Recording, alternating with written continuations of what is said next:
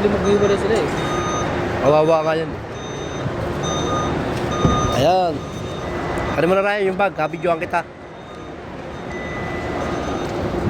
Ayan.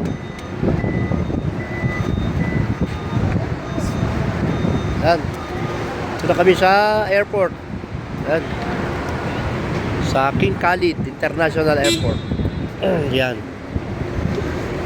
Ito yung mga gamit ni Sir Russell. Ayan. Natid po namin ni Ray, ni Ryan. Ayan po si Sir Russell. Ayan. Okay. Ako na yung... Okay na sir, bed na. Thank you. Ha? Ayan. Sarap umuwi. Pero hindi pa namin oras na umuwi. Si Russell lang kami paunahin. Ayan. Dito po kami sa airport, King Khalid International. Kukunti yung tao. Wala pang maraming tao dito sa airport.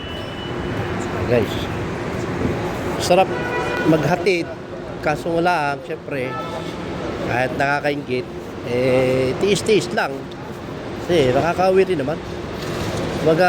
Una-una lang, si Russell lang yung mauna. Exit kasi siya. Nag-exit. Ayan.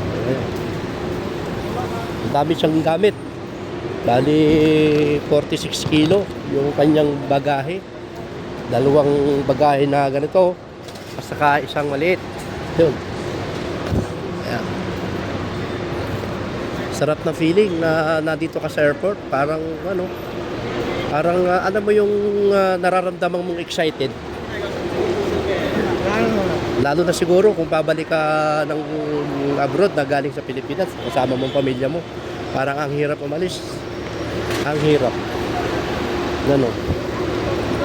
Exit na po siya. 5 years siya dito sa Riyadh. Pero hindi naman doon siya tatagal sa Pilipinas.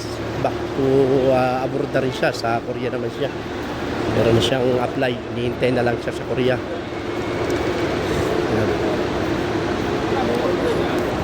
Thanks for watching guys.